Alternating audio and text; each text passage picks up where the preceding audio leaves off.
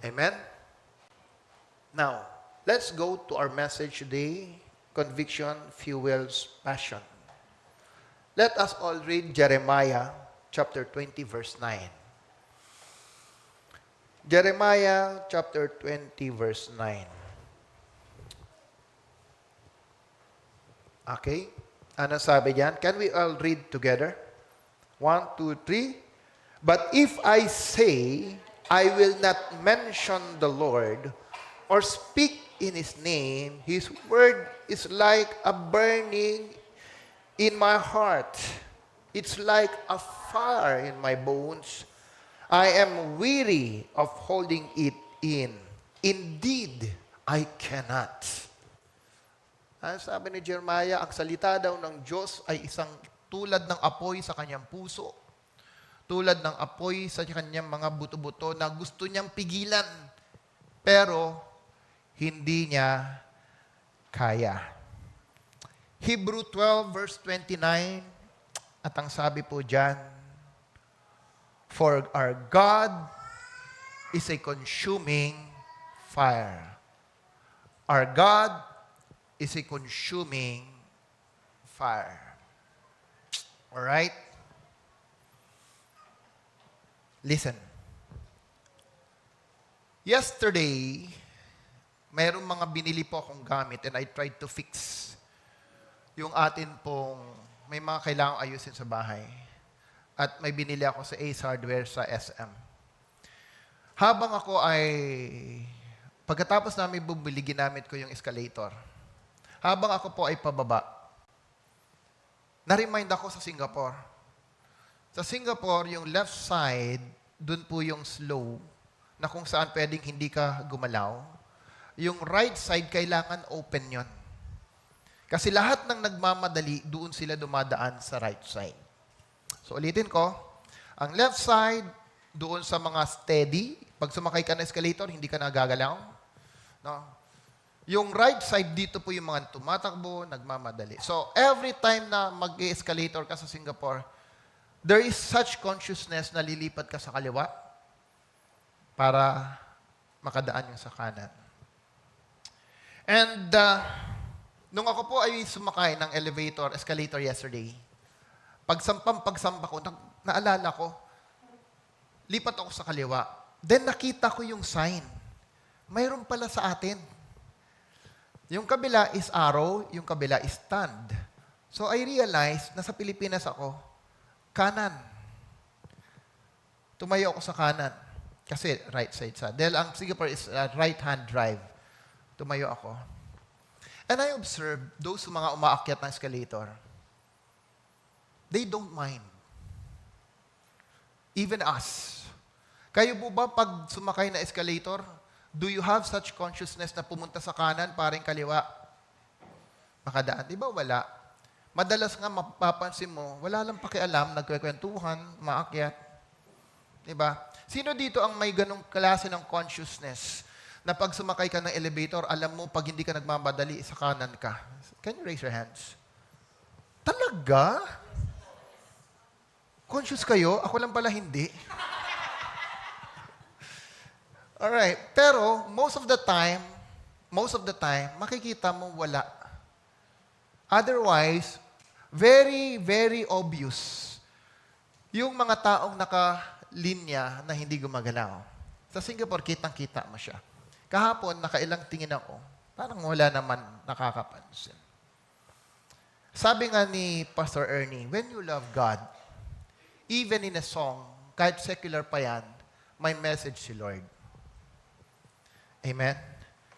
When you have a relationship with God, kahit wala ka sa church, God always have a message for you. And this is the reason why I realize culture is not easy to build. Hindi po madaling i-build ang kultura, lalo na kung ang kulturang pinag-uusapan ay ang kultura ng langit.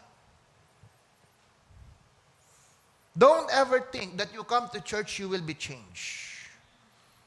Don't ever think na kahit magbasa ka ng Bible, your life will be changed.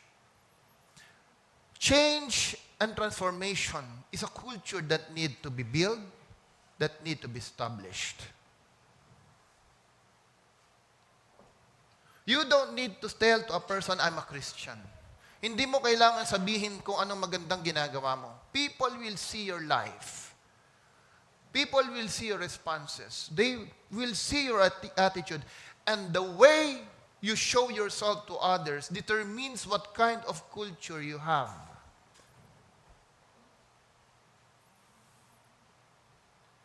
Bakit tayo pagdating ng Singapore, sanay ang tao na pumunta sa kaliwa? Why? Because they already established such culture in that city. They have established such mentality in that city. You can see, kitang-kita mo yung kultura in the way people moves, that you are in a different place. Sometimes we rejoice in victories. Most of the time, we rejoice in victories but falter with trials and duties. Most of the time, pag celebration yan, hindi ka madaling imbitahan, hindi tayo mahirap sumama. But when it comes to duties and responsibilities, your response determines your attitude and your culture. Who you are and what you are determines your every response to an obligation. It tells your identity and who you are. No one here are excused pag ikaw ay nakaramdam ng frustrations, burnout, desperation. Lahat po tayo nakakaranas niyan, true or not? Not everyone. Mayroon pong tinatawag na perpetual na laging pakiramdam mo, victorious ka, successful ka, masaya ka. There will be times in life you will be tested, you will be challenged. And you will feel na yung fire, it seems that it's dimming away. Kaya nga ang message nyo last week, fuel the fire. Imagine, may fire na lalagyan mo pa ng fuel. True not? Kasi pakiramdam mo parang humihina eh. Pakiramdam mo parang nawawala yung fire. So, kailangan mong buhusan ng gasolina. At ano yung natutunan natin? Ano yung narinig nyo? How to fuel the fire? It's about motivation. It's about eternal reward. It's about relationship with God. At ano yung huli? Ano yung huli? About the fellowship of the brethren. I want you to listen here. Even though we are in Singapore, in Batam, hindi ko maalis yung mind ko about discipleship, about small group. Alam niyo po, nakakapagod yung biyahe, lalo na first time kong maranasan na ang lalaki ng bagahe, sumakay ng bus, papunta ng airport. Hindi ko po yun naranasan when I was in abroad dahil nung ako po nasa abroad, every time na pupunta ako ng airport, taxi ang sinasakyan ko. Ang hirap sumakay ng bus, ng MRT, na ang dala-dala mo sandamakmak ng mga bag na 20 kilograms at 10 kg, ang bigat po nun. It was the first time. Sabi ni Pastor Wilson, ang sakit na ng balakang ko. Pagkatapos po namin maglalakad, may salumpas sa tuhod, may salumpas sa balakang. Kaya po ang pangalan namin, The Effective. Wag lang niyong tanggalin yung dash. We are now The Effective. Gusto niyong sumama sa ganung grupo? Ano yun pag tinanggal mo yung dash?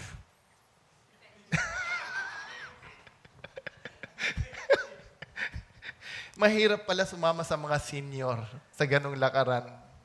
Kanya-kanya, balita ko, mayroon daw umaangal sa loob ng kwarto habang natutulog. Aray ko, ang tuhod ko. Ba, bago ka umupo, aray, aray, aray, aray, aray, aray, aray.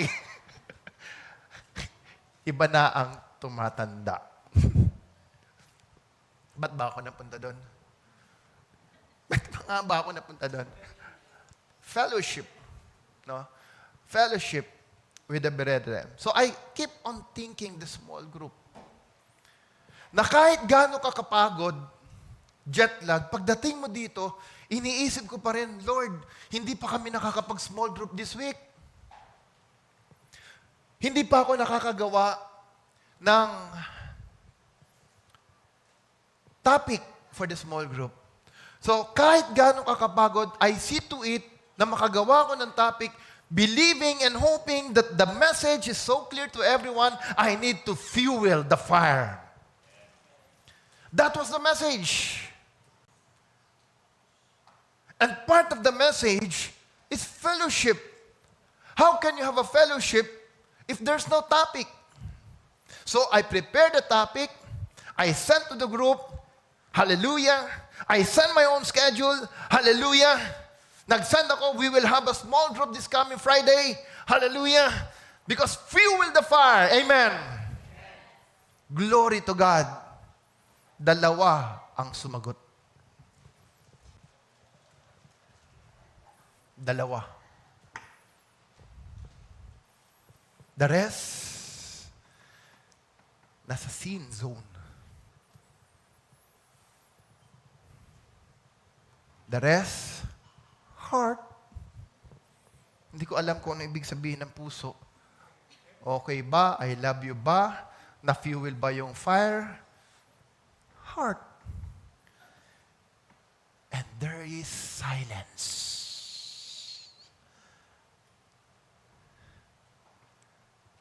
People of God, this is why I'm telling you. We need the Holy Spirit to create a passion for the work of the kingdom. You received a powerful message last Sunday. A great message. Fuel the fire. Pero saan ito napunta? What does it build you? Did it build a passion? Or it just informed you?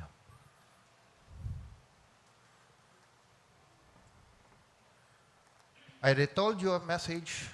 The Holy Spirit will not convince you. He will convict you. Convincing is not permanent.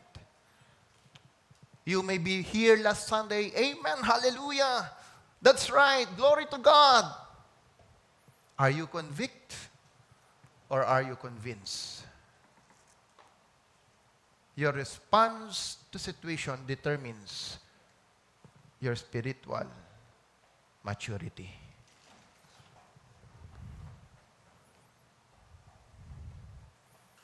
That's why, people of God, always be on watch on how you respond to the message. The first way to transformation is acceptance, acknowledging that you cannot do it by yourself. Transformation comes the moment you acknowledge, Lord, I cannot do it by myself. Lord, I am weak. I need you. I'm a sinful man. Only by your grace, that's why I'm here. Lord, Holy Spirit, I need you. That's how you build your relationship. Because your love to man determines how much you love God. Your response to man determines how you respond to God. If you cannot love God more and respond to God more, that's how you respond to man. Anong sabi po ng John? Paano mong sasabihing mahal mo ko kung yung taong nakikita mo, hindi mo kayang mahalin? It's easy to say, I love the Lord. I love God. I worship God. James says, show me. Show me. Even the devil believed that there is God. True or not? And the Bible says, the devil shiver when he hears about God. Nanginginig ang demonyo pag nakita at narinig niya about God. Have you ever felt fear the moment you disobeyed the conviction of the Holy Spirit? The moment you commit sin, the moment we disobeyed the Word of God, what do you feel? Do not underestimate the devil. He knows more than we knows. Mas maraming alam ang demonyo tungkol sa Diyos kaysa sa atin. The only difference is that he never obeys God. We have the choice to obey God. You can be burned out. You can be frustrated. And you cannot do it by yourself to revive the fire. We need the Holy Spirit. This is what Jeremiah felt. I don't want to preach you anymore. I don't want to speak to you anymore. But your word keep burning in my heart. It's burning in my bone. Ayaw na ni Jeremiah. Why?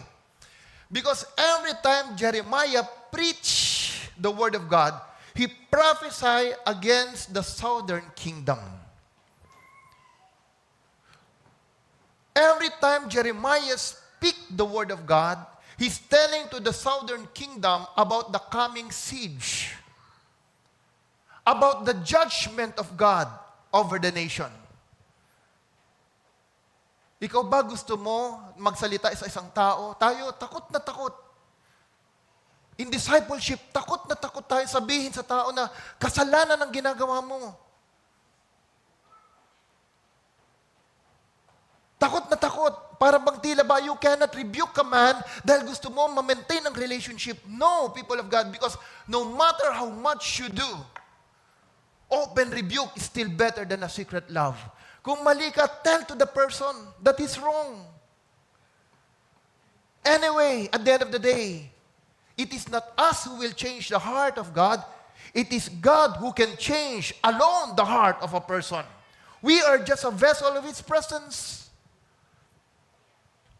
We are just a vessel of His presence. Jeremiah experienced physical pain, emotional pain. Jeremiah experienced spiritual fatigue. Kahit ikaw ay propeta, Jeremiah was one of the major prophets in the Bible. Pero nakaranas pa rin siya ng spiritual fatigue. Sa tingin mo, ikaw, kung si Jeremiah, si Elijah, ano sabi niya? When Jezebel about to kill him, Lord, patayin mo na ako. Huwag mong sabihin na hindi ka nakakaranas ng frustrations. There's so many frustrations. Hallelujah. Alam nyo, sabi ko, paano ako mabubuhay sa Singapore na isang pagkain worth 350 pesos? Isang meal, simple meal, 350 pesos. Samantalang sa Pilipinas, alam ko ang budget na binigay, 60 pesos per meal. Praise God, in spite of the cost, nanaba pa rin kami. Grasya lang talaga ni Lord. Amen. Pero 350 pesos, kung ikaw, nakikita mo yung bulsa mo, numinipis na numinipis, para bang gusto mo, brunch ka na. Breakfast and lunch, just one meal. Turn not. Lahat po tayo nakakaranas ng frustrations in life. Nobody is exempted. Huwag mo sabihin, hindi, Pastor, Kristiyano ako, hindi ako nakakaranas niyan. Talaga. Hindi, love ko si Lord eh. Very strong ako kay Lord eh. Hindi ako nakakaranas niyan. Talaga? Buti ka pa. Lagi ka motivated. Kung nakakita kayo ng taong lagi motivated, dikitan nyo. Baka sa kanya ka makakita ng apoy. Dalawang bagay lang yan. Maapuyan ka or mamatay ang apoy niya. Naalala ko yung isang pastor, sabi niya, there will always be the right church, but there's no perfect church. Kung ikaw ay laging naghahanap ng perfect church, parang awa mo na, huwag mong puntahan. Kasi baka pagdating mo, it will become imperfect.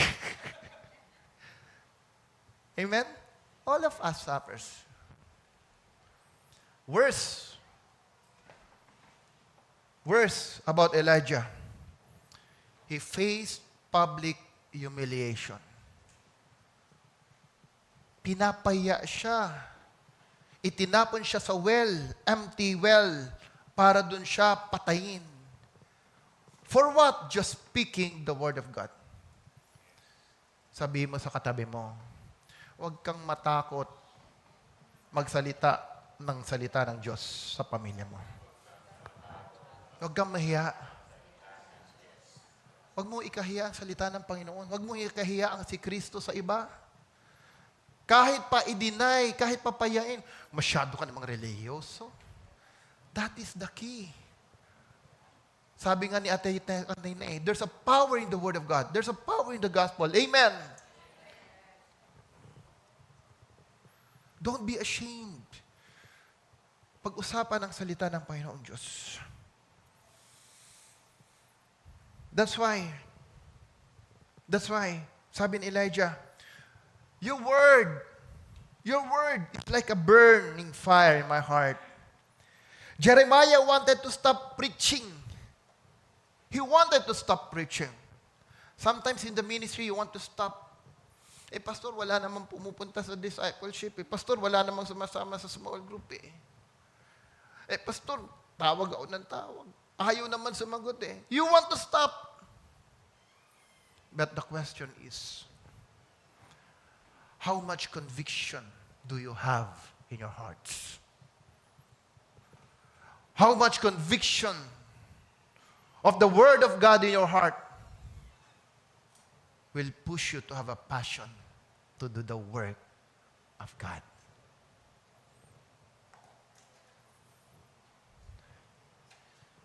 Okay lang kahit dalawa. Next week uli. Why? Just pray. It's not about you. It's not about me. It's about Him.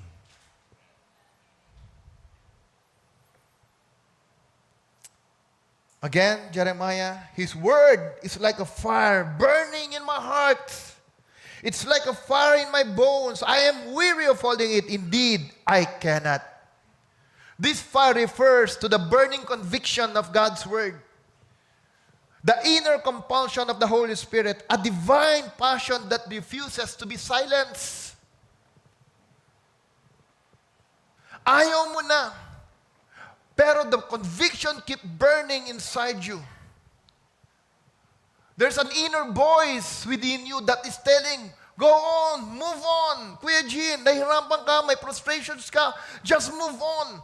There's a voice inside you that telling you, no matter what's happening, anuman ang responses ng mga tao sa iyo, you still have that deep passion in your heart that refuses to be silenced until na malakaran mo yung pinapagawa ng Diyos sa iyo. There is that voice inside you. And that voice is the voice of the Holy Spirit. It will create such passion that in the midst of all the frustrations, I will not stop. I cannot contain it. It don't want to be silenced. It just want to remain. Jeremiah's prophetic calling wasn't based on emotion, but on divine passion, fueled by a strong conviction.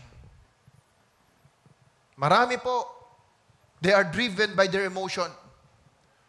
Tumutugtog sa harap. Why? Kasi masarap ang pakiramdam pag nasa harapan.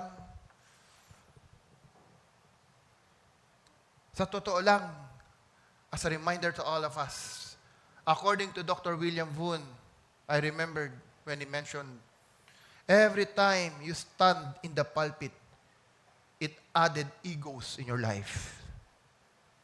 Ulitin ko. Habang ikaw ay tumatayo sa harapan, nagdadagdag yan ng kayabangan sa puso mo.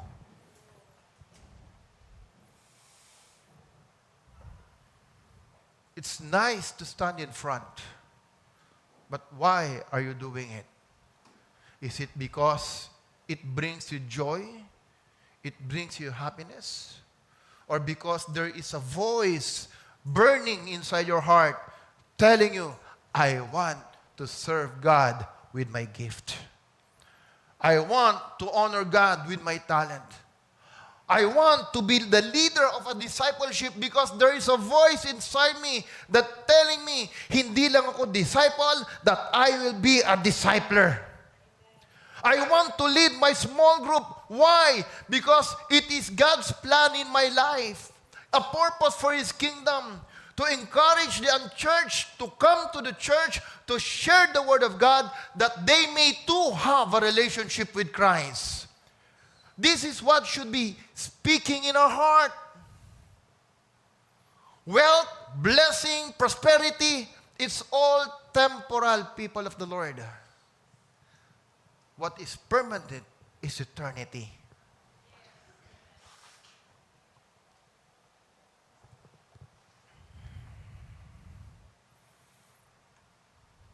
Second Corinthians chapter 4, verse 8 to 12. Nababasa nyo? Kaya niyang basahin? Can we read? 1, 2, 3. We are...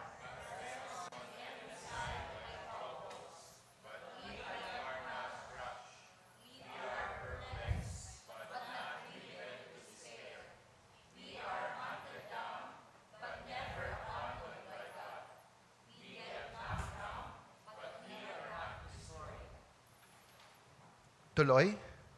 Through suffering,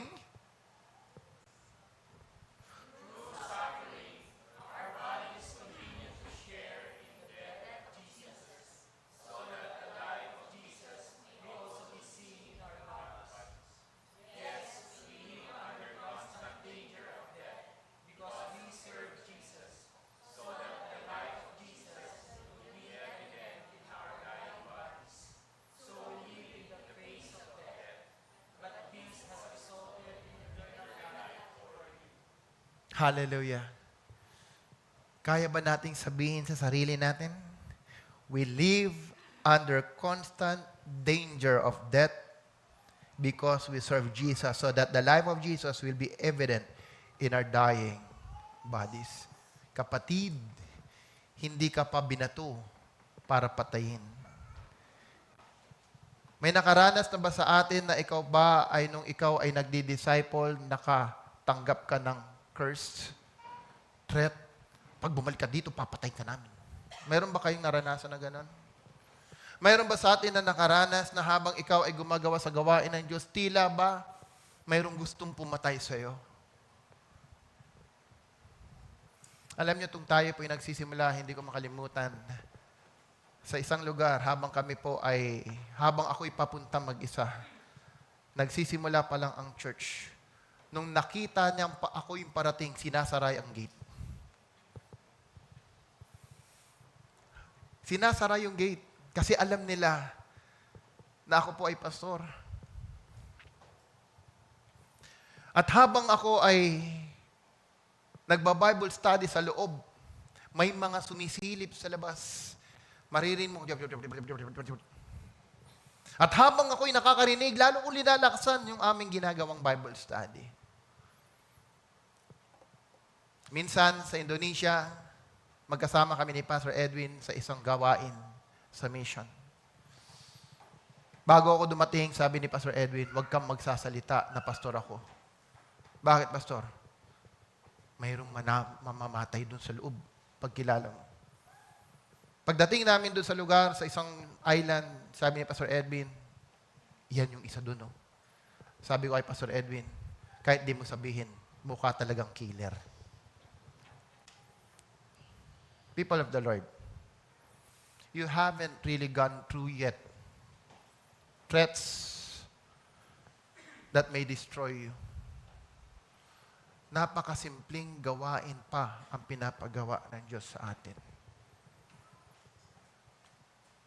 But our response depends on the fire that you carry inside. The fire of the Holy Spirit that keeps speaking inside you. Wherever you go, there is that fire. There is that conviction of the Holy Spirit. Not for your own good. Not just to bless you. But there is a fire inside you saying, give me more soul. Give me more life. Give me more people. Send more disciple. Build more life. Bakit ka ba nag-aral ng APIS? Why did you took 2 years to study? Just to feel good? Just to feel the head? Or to do the work of the kingdom? In spite all the suffering and dangers Paul have experienced, sa kabila ng kanyang naranasan, hallelujah. Anong sabi ni Paul? We live in the face of death. For what? But this has resulted in eternal life for you. That's how I love the Lord. You can sacrifice for God. Even though you think sometimes, Lord, parang hindi naman sufficient, hindi naman sapat yung return ng sakripisyo ko. Para naman, Lord, I sacrifice my career, I sacrifice my dreams, pero Lord, ba't parang hindi sapat? Ba't parang may nangyayari? In spite of all of that, there is a voice inside you.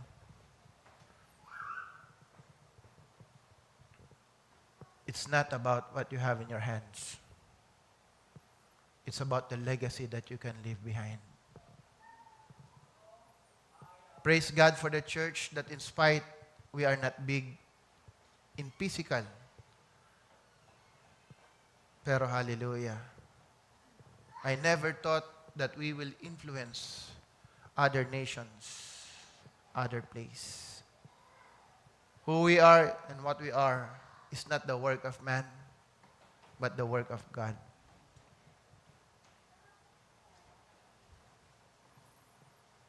Therefore, you can say to live is Christ, to die is gain. Let me just show you a few comparison, then I'll end it here.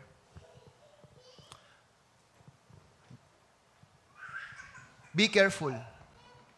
Because, yes, I've shared to you about obsession. When the Holy Spirit convicts you, there's an obsession for you in the Word, not in the world. Amen. But that obsession will turn into passion, not just merely obsession. Why? Because you need to understand the difference between passion and obsession. When the Holy Spirit convicts you, that conviction will fuel your passion. Just like Jeremiah, in spite all the pain, in spite all the suffering, in spite of all the humiliation, the conviction of the Holy Spirit, the fire inside him cannot hold him from preaching and prophesying the Word of God. Amen? Nothing can stop you. Itong tinatawag na unstoppable.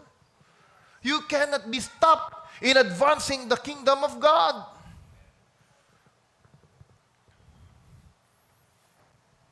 First, you cannot be passionate and obsessed at the same time. You cannot be passionate and obsessed at the same time.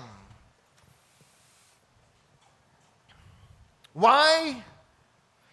Because you control your passion, obsession controls you. So determine, where do you stand? Are you passionate or you are just obsessed? You control your passion, but obsession will control you.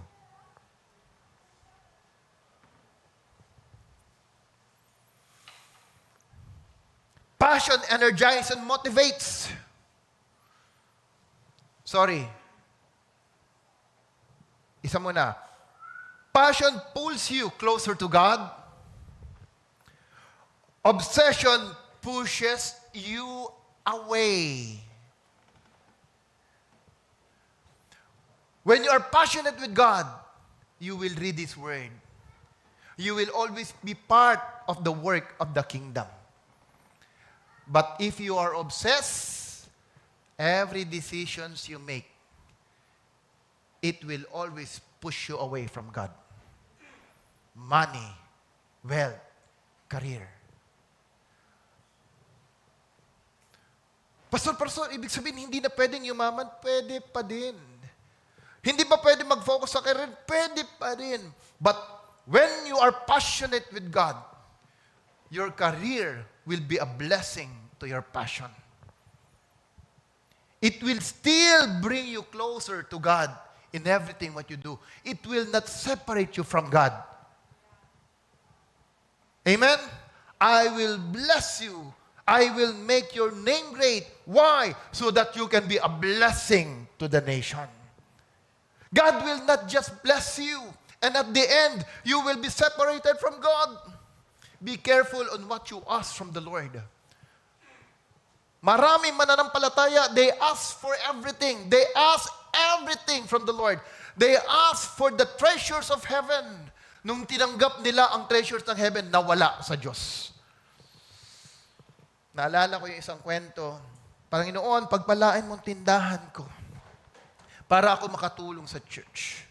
Para ako makapag-build ng church. Remember this, you cannot help in building the church. You are just part of building the church. Because the church is the work of God. So siya pinagpala yung kanyang negosyo, dumating ang time na yung kanyang offering, yung giving, anong sabi niya? Pakiabot na lang. Bakit? Walang magbabantay sa tindahan ko.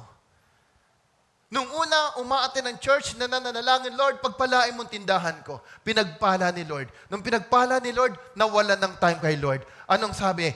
Pakiabot na lang. Inabutan ng rapture.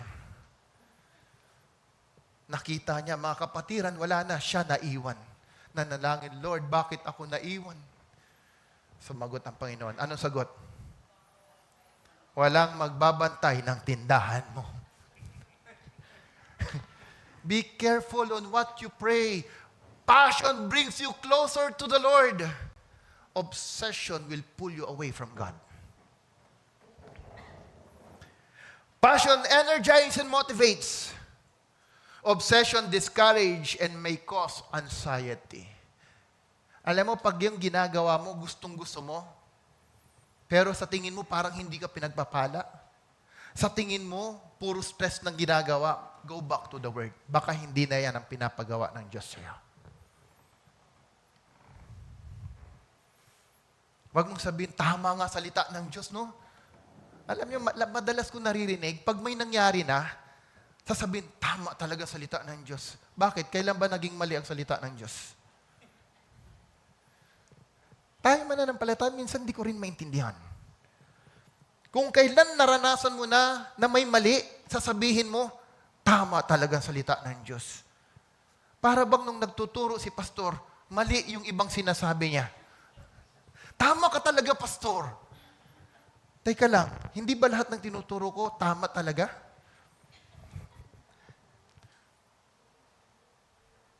True not. Nakakatuwa rin tayo, no? Malalaman mo lang tama pag may mali na. Pwede bang mas magandang alamin na natin yung tama bago magkamali? Pwede kaya yon? Passion builds. Obsession destroys. It destroys every relationship. It destroys your relationship with God. It destroys your intimacy with God. It destroys your relationship with one another. That's what obsession. Passion works well with vision. Obsession can work without vision.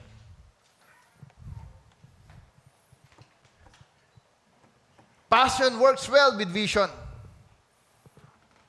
Obsession works without vision. Because vision is divine and it's from God. You can be obsessed of doing things in life, even without God.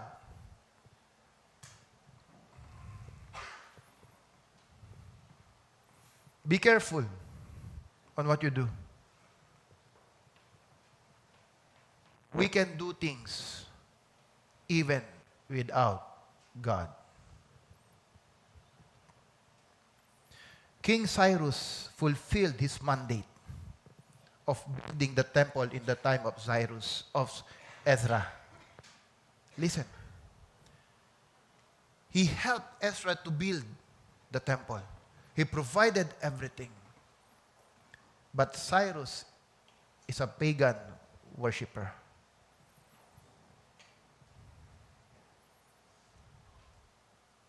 You can serve and be obsessed even without God.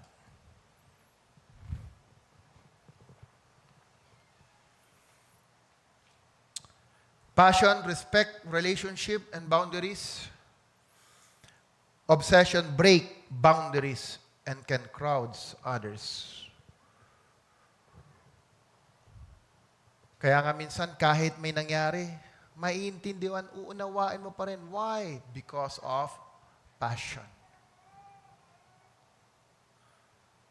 Passion is a healthy fire. Obsession is a fire without control. Passion is a healthy fire. Obsession is a fire without control.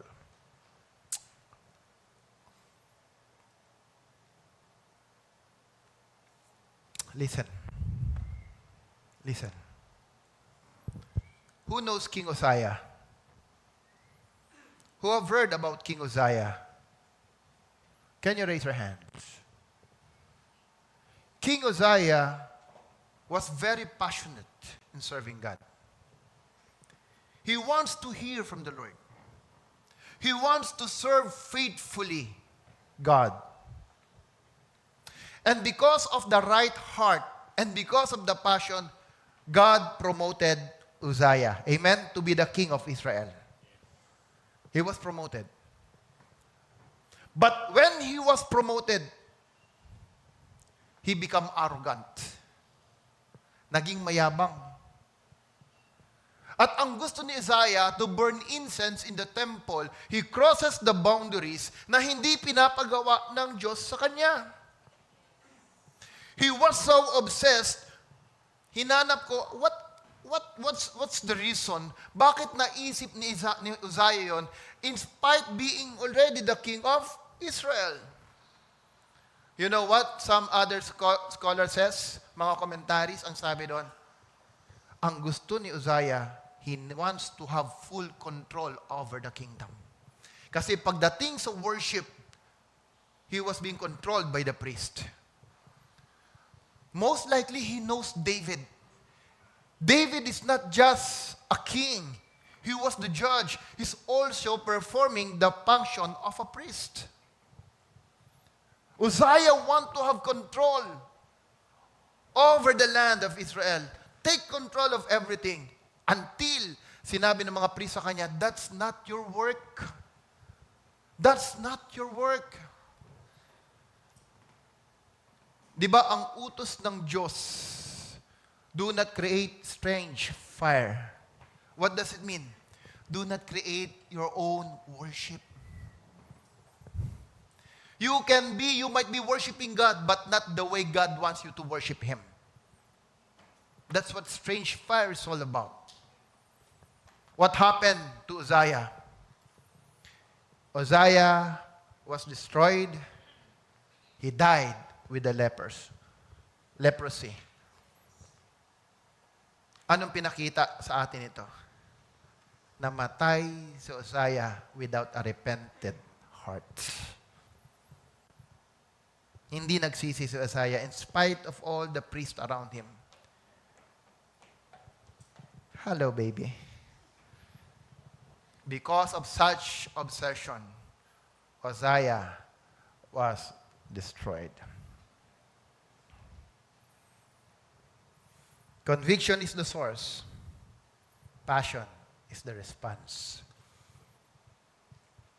Conviction is the source. Passion is your response. Why you can walk to refuel the fire? Because of your convictions. There's a conviction of the Holy Spirit inside you. Conviction is what you believe deeply. The truth God writes in your heart. Passion is the emotion and energy that flows out of that belief. So how much word you put in your life, how much word you read in the Word of God enables the Holy Spirit to move and speak inside you.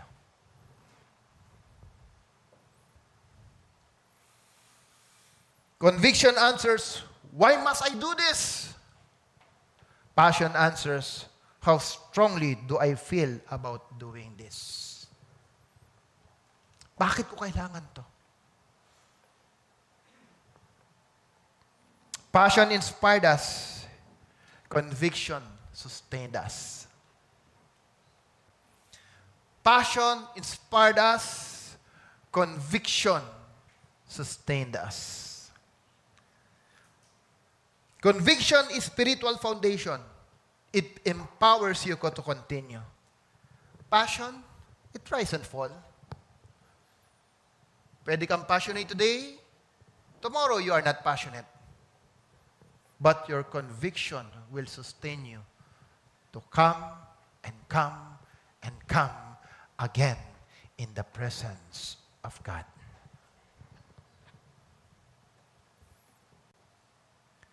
When passion weakens, conviction keeps you obedient. Amen? Pastor, pagod na ako magbigay eh. Ang dami namang expenses sa church eh. Pastor, parang may priorities ako eh. Pero your conviction is telling you, just obey. Obey. Obey.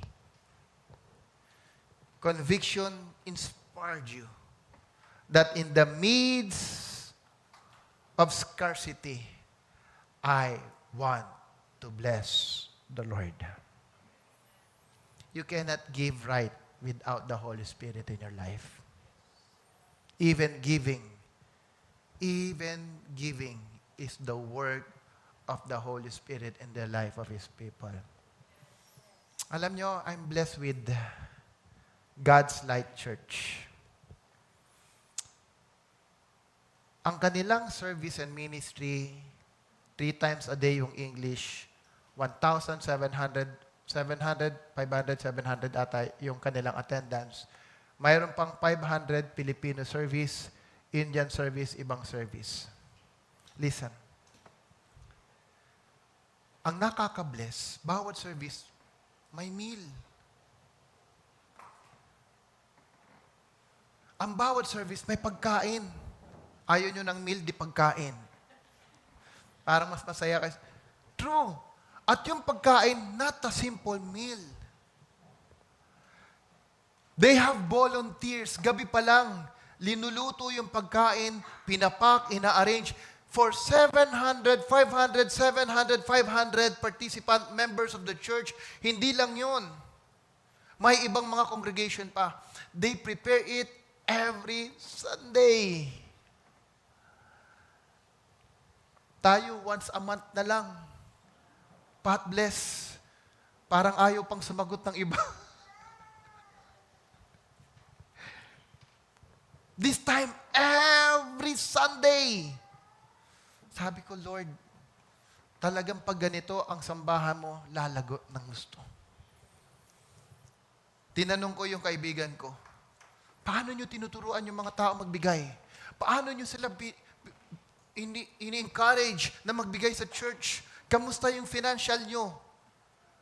Nung nakaraang report daw pinakita, in spite of all the mission, in spite of what they're doing in the church, ang ganda daw ng ang financial report ng church. How do you do that? Do you teach it in your discipleship, in your small group? Alam mo sabi, never akong nakarinig na nagturo ng giving sa church. You know why? Because this is what they believe. The moment people encounter God, giving is just the product of that encounter.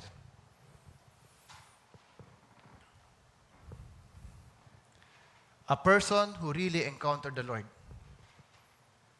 have a strong conviction that the church will become his house. Listen. In the old times, miracles, gifts, talents are used by God to give authority to every believer. The fruit of the Spirit. In our time, it's no longer miracles and gifts and talents. What gives us authority is the Word of God. And the Word of God should bring us that encounter. And you will know who you are in the eyes of God. Ayaw sumunod ng anak mo, matigas ang ulo. My question is, how's your encounter with the Lord? You want to change, transform people around you? My question is, have you encountered the Lord? People will only change when you yourself knows that you have encountered God. And no one will encounter God will remain the same. No one. Sabi ng salita ng Diyos, no one will see God and live. What does it mean? The moment you encounter God, your life will be changed. You will be transformed. You want your family to be changed? Bring the presence of God to your family. Build your intimacy with God. That will change people around you. Conviction keeps you aligned with God's will. Passion makes you fruitful to your purpose. Conviction keeps you aligned with God's will. Passion makes you fruitful to your purpose. Jeremiah's passion came from deep conviction of God's truth. Jeremiah 20 verse 9. His word is in my heart like a fire. It burns in my bone. Can we all rise up?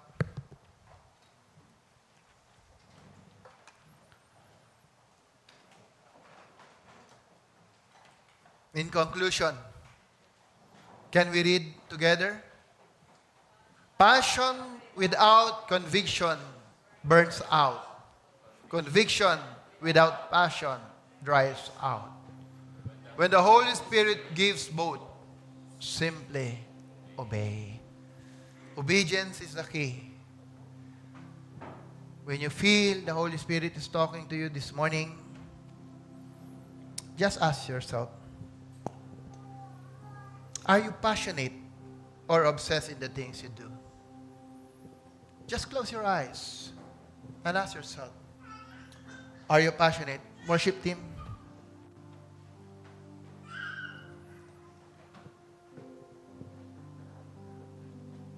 This is a question that I would like to leave. Are you passionate with God? Or you're obsessed with the things you want to accomplish? Passion brings intimate relationship to God, us from God. People of the Lord, always remember this. Blessing comes and go. Wealth comes and go. Marahil maganda ang sitwasyon mo ngayon, pero hindi habang panahon, it will remain the same. But the God who is in you, the God who is with us, He will be forever with us. Don't anchor your life in the things that are not permanent. Anchor it to someone who will be with you until eternity. Stop struggling. Start submitting to the will of the Holy Spirit. To have a passion, you need conviction.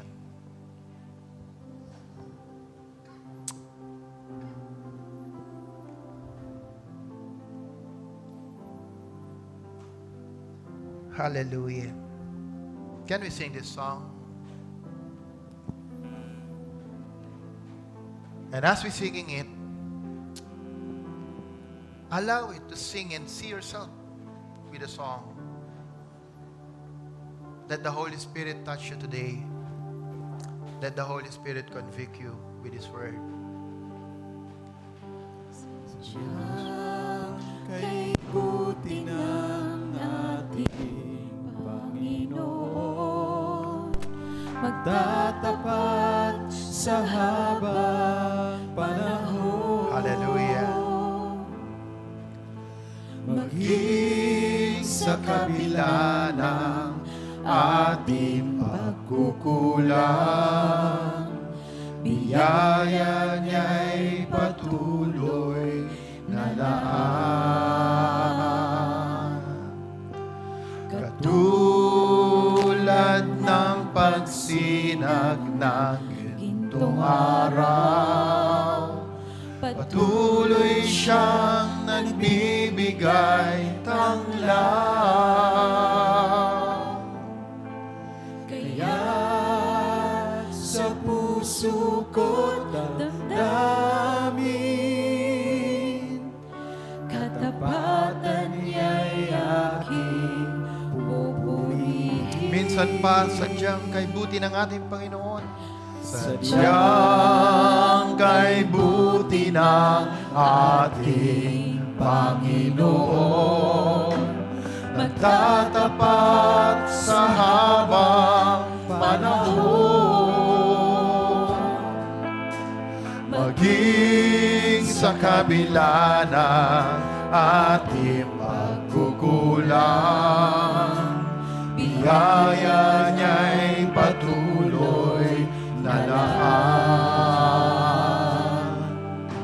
Katulad ng pagsinag ng gintong araw, patuloy siyang nagbibigay tanglaw. Kaya sa puso ko't damdamin, katapatan niya'y aking pupurihin. Dakila ka, O Diyos, tapat kang ang tunay, magmula pa sa ugat ng aming lahi. Mundo'y magunaw man maasahan kang lagi, maging hanggang wakas nito buhay. Dakila ka, O Diyos, tapat kang ang tunay, magmula pa sa ugat ng aming lahi. Mundo'y magunaw man maasahan kang lagi, maging hanggang wagas nitong buhay. Dakila tapat ka ngang tunay, magmula pa sa ugat ng aming lahi. Mundo'y magunaw man, maasahan kang lagi, maging hanggang wakas nitong buhay. Purihin ka, Panginoon. Tunay na ikaw tapat, Panginoong Diyos. Ano man ang kondisyon, sitwasyon ng aming mga buhay, patuloy kang nandiyan. Hindi mo kami iniiwan, O God. Lord, dalangin namin, Panginoon, bagamat may mga panahon, Lord, na nangihina ang apoy sa aming mga puso. Ang iyong salita, Lord, sa gabay ng iyong banal na Espiritu, ang siyang patuloy na magliliyab, Lord, sa aming mga puso, O God, sa aming mga buhay. That's why it will keep us pushing, O God. I pray, O Father, that today, as we listen or heard your words, O Lord, God, allow us to be passionate in doing your work. Allow us, Lord, encourage us. Remind us that in every situations ng aming mga buhay, bagamat, Panginoon, hindi sa habang panahon, maayos ang aming kalagayan. Hindi sa habang panahon, Panginoon, everything will happen according to our expectations. There will be time that will be tested, O God. Trials and challenges will come. But when it comes, Lord, I pray with the power of your Holy Spirit in us, O God. I pray for a greater conviction in the hearts of your people to do your will, to move passionately according to your purpose and your kingdom, O God. Sapagkat, Lord, as we listen to your word today, it is the conviction of your Holy Spirit that will fuel the passion in us to continue and move forward. Lord, I pray for the conviction of your Holy Spirit to each and everyone in this place, that we will have a passion to disciple the nation, to keep building one another, to use every resources, tools that you have given in this church.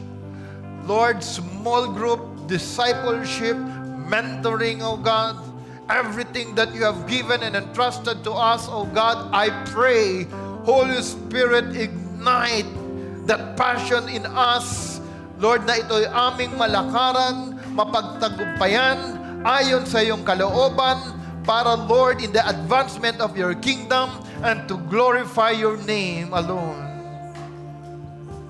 Tinawag niyo kami, Panginoon, not just for ourselves.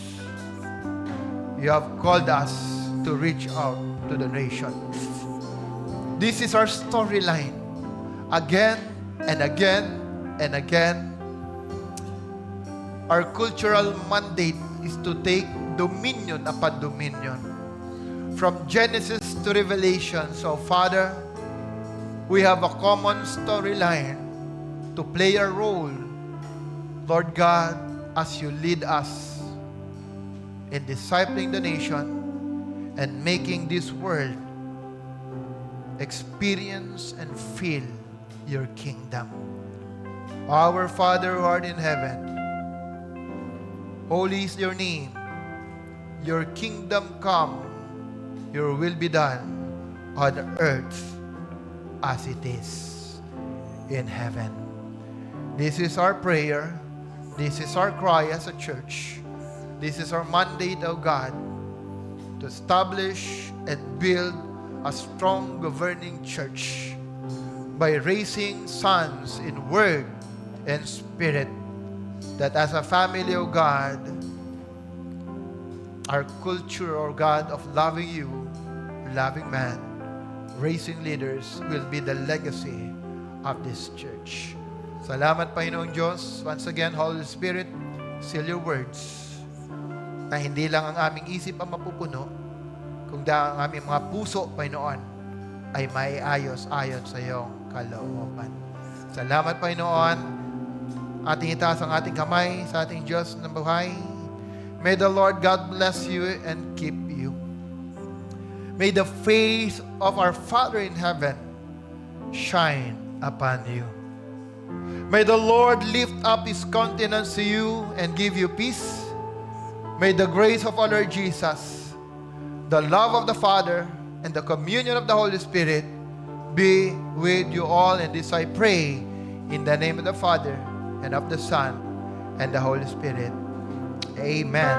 Amen. And amen. God bless, people of the Lord. Jesus loves you.